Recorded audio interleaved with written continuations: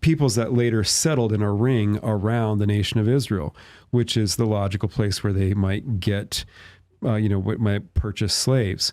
So in Deuteronomy 15, it allows the Israelites to buy slaves from the Hebrews, which would be the people surrounding them.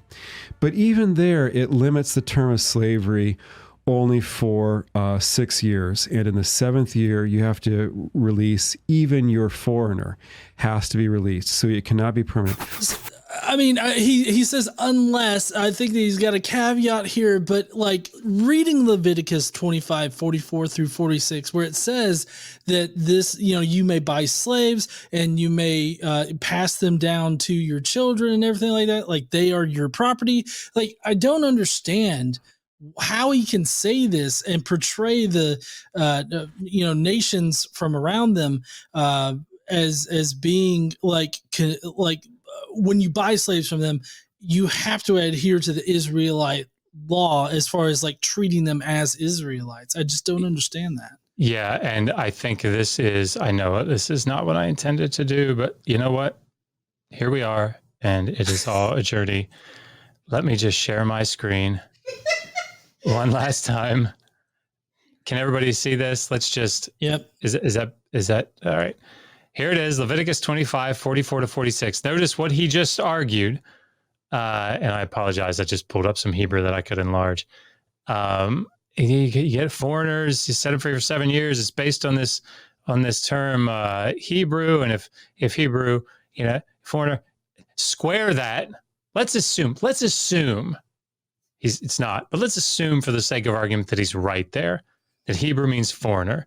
Go ahead and square that with this, and this is exactly what you were saying.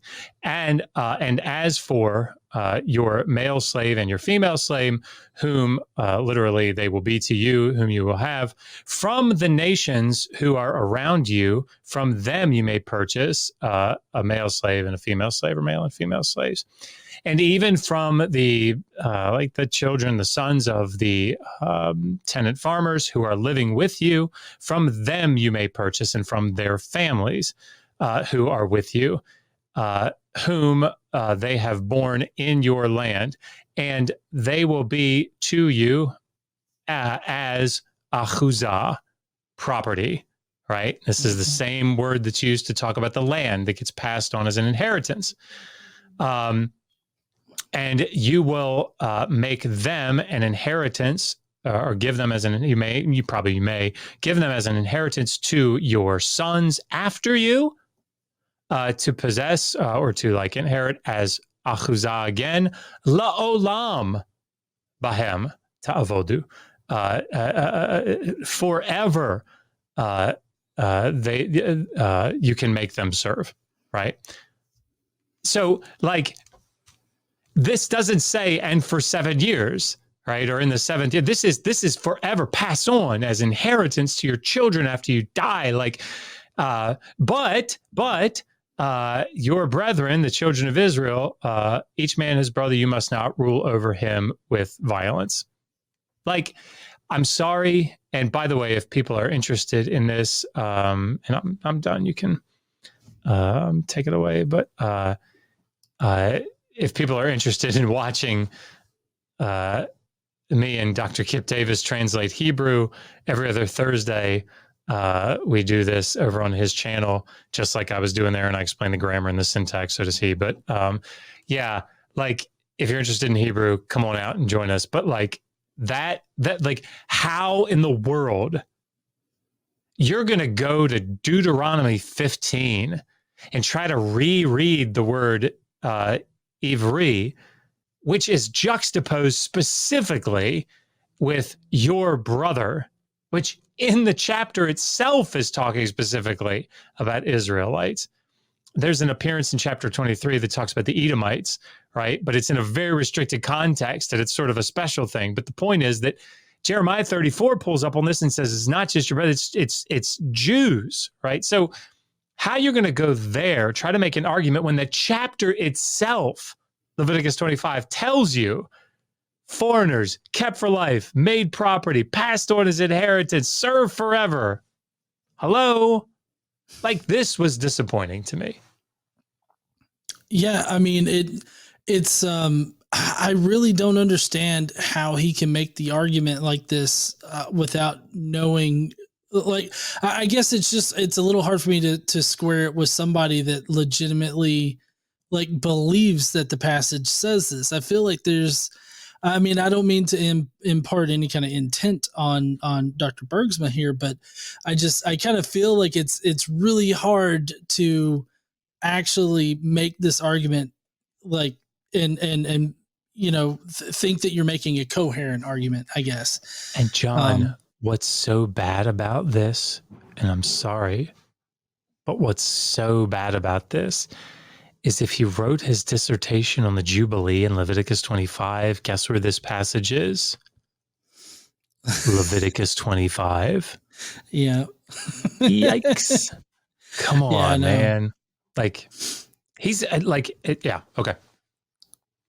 Yeah, because I mean, I totally expect it to say right there that, oh, and these people will be released in the Jubilee year, but instead it's like, nope, you own them forever as well as their children, like, and you can bequeath them to your children, so they're fucked. Unless they want it, unless they feel like their position in your household is better than what they're liable to get anywhere else, and then if they submit to it, then their earlobe can be pierced. Can we pause it for just a second? I know I keep doing this. So sorry, but I want just 2 seconds. Everybody listen to what he's getting ready to say and keep this in mind. What does duress mean to you? That's good. Everybody get out your Google dictionaries, look up duress. And then they could become a permanent member of the household. And people say, like, why would you ever want to be a slave for your whole life? Well, I'll tell you why. Employment security and benefits, like the ancient world, was brutal. Can't see. Employment security. It's like working for the United States government. You can't get fucking fired for nothing. So he's claiming that a Jew who's an indentured servant could choose to become part of the household for employment security and benefits.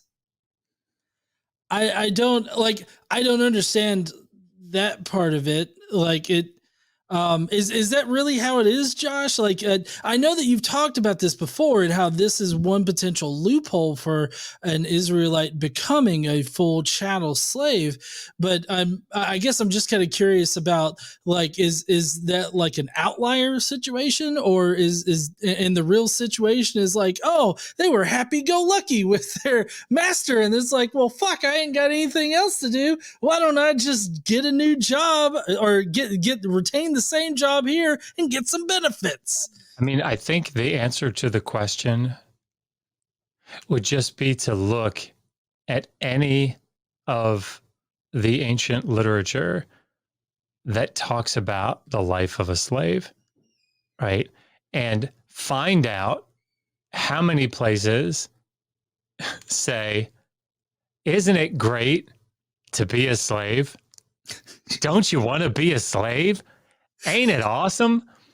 Right? Even the people that go and say, I will serve you for X number of years or until you die or whatever in order to gain an inheritance, there are huge penalty clauses if you back out of those contracts. Well, I mean, why would you have to have huge penalty clauses to back out of the contracts? I mean, isn't it awesome to be a slave? Isn't that what everybody wants? I mean, if it were the case, as Dr. Bergsma points out, that everybody just like, it was such a great thing. Why weren't you allowed to treat fellow Israelites as slaves by the time you get to Leviticus 25? Thought it was a great thing. Thought it was awesome. Like, of course you'd want job security. Like, what? Do people do it because they can't do other shit? Is it because they have duress? Right? And like, yes, they do it then. right? And could there be examples where it's like not as bad as other, examples, or might it be better than die? It's like sorry. This is like saying, oh, the woman in Deuteronomy 21, that captive bride. I mean, my God, why would anybody want to be a captive bride? Yeah. Right. Yes. Or that's a good question. Well, they might have to be, right? Because consent isn't a thing. They're under duress, right? It's that or die, right? Like, or that or be a regular slave. It's just such a apologetics. I should stop. I was going to say I should stop before I go off, but I think it's too late. I love Dr. Josh going off. Gosh. Well, so this also reminds me, and maybe this, tell me if this is a similar situation, but it's like, Numbers 31, where they forcibly take the young virgin girls after killing their entire people group. And, I've heard a lot of apologists say, oh, well, what are they supposed to do then?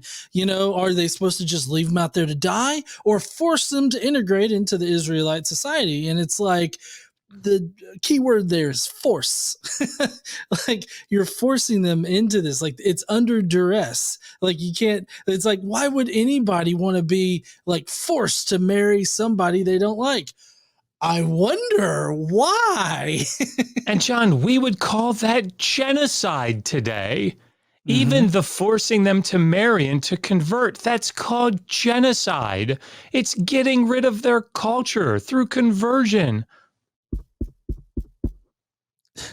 And it's not so bad. Yeah, it could be worse, right? It's all a journey.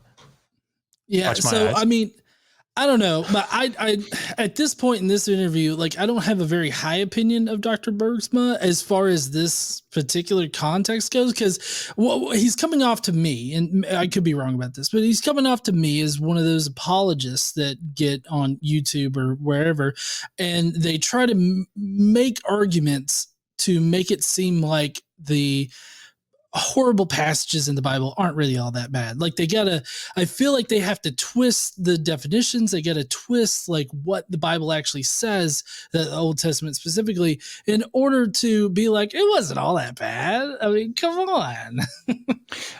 I just, like, to me, and then I'll stop talking. We can keep watching, but like,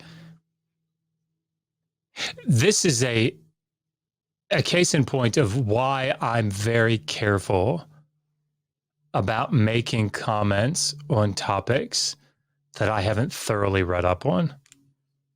Right? So he doesn't say like, hey, you know what? I haven't looked in depth at Deuteronomy 15. I haven't read through all the secondary literature. Like that. So these are my thoughts off the top of my head. Could be wrong about it. Please go look. He doesn't say any of that. Right? He's just coming out as a matter of fact. This is what this means. And that sort of stuff bothers me because it makes my job harder. I mean, I guess it gives us these videos to make, but I wish people would be a little more careful with their presentation of the data. Yeah. I mean, I would totally agree with being a lot more careful if you haven't read up on a specific topic, and for sure.